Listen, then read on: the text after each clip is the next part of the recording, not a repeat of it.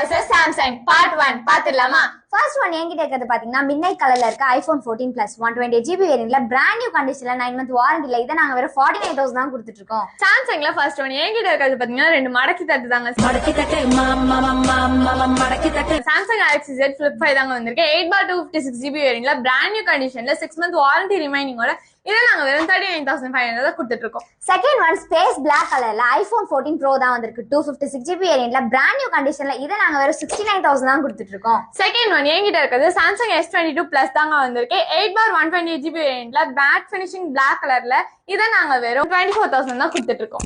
அடுத்து deep purple கலர்ல வந்திருக்கு iPhone 14 Pro Max தாங்க. 256GB வேரியன்ட்ல பக்கா கண்டிஷன்ல இத நாங்க வெறும் 75000 தான் கொடுத்துட்டு இருக்கோம். The last one என்கிட்ட இருக்கிறது பாத்தீங்கன்னா Samsung S22 Ultra தாங்க வந்திருக்கு. 12/256GB வேரியன்ட்ல brand new conditionல இத நாங்க வெறும் 44000 தான் கொடுத்துட்டு இருக்கோம். அடுத்து அதே deep purple வந்திருக்கு iPhone 14 Pro 256GB வேரியன்ட்ல பக்கா கண்டிஷன்ல இத நாங்க வெறும் 64000 தான் கொடுத்துட்டு இருக்கோம். Samsung பிடிச்சவங்களா ரெட் கலர் ஹார்ட்ட கமெண்ட் பண்ணுங்க. iPhone பிடிச்சவங்களா ப்ளூ கலர் ஹார்ட் கமெண்ட் பண்ணுங்க. நம்ம பேஜை ஃபாலோ பண்ணாதங்க மறக்காம ஃபாலோ பண்ணிக்கோங்க.